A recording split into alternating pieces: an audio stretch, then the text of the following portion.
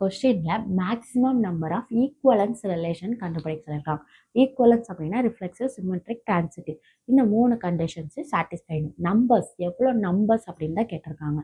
Set வந்து 1 2 3 மொத்தம் 3 elements இருக்குது.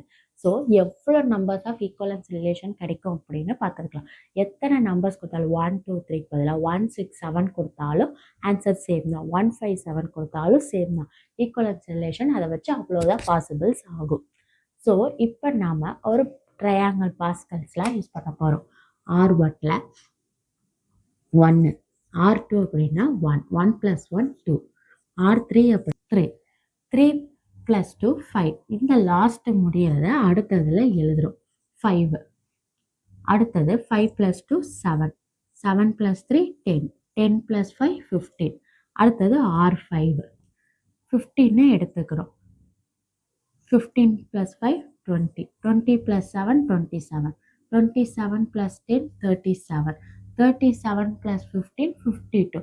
அப்போ R5யோட லாஸ்ட் நம்பர் 52. இந்த மாதிரி நம்ம அப்படியே எழுதிக்கிட்டே போகலாம். இப்போ நம்மளுக்கு கொஸ்டினில் மொத்தம் 3 எலமெண்ட்ஸ் தான் இருக்குது. அப்போ 3ங்கிறப்ப R3. இதோட ஆன்சர் 5. அப்போ எவ்வளோ numbers of equivalence relations form ஆகும்? 5 numbers of equivalence relation form ஆகும். So answer is 5.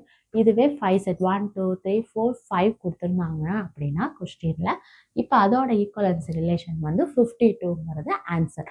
தேங்க்யூ. இந்த வீடியோ பிடிச்சிருந்தா லைக் பண்ணுங்கள், ஷேர் பண்ணுங்கள், கமெண்ட் பண்ணுங்கள், மறக்காமல் சப்ஸ்கிரைப் பண்ணுங்கள்.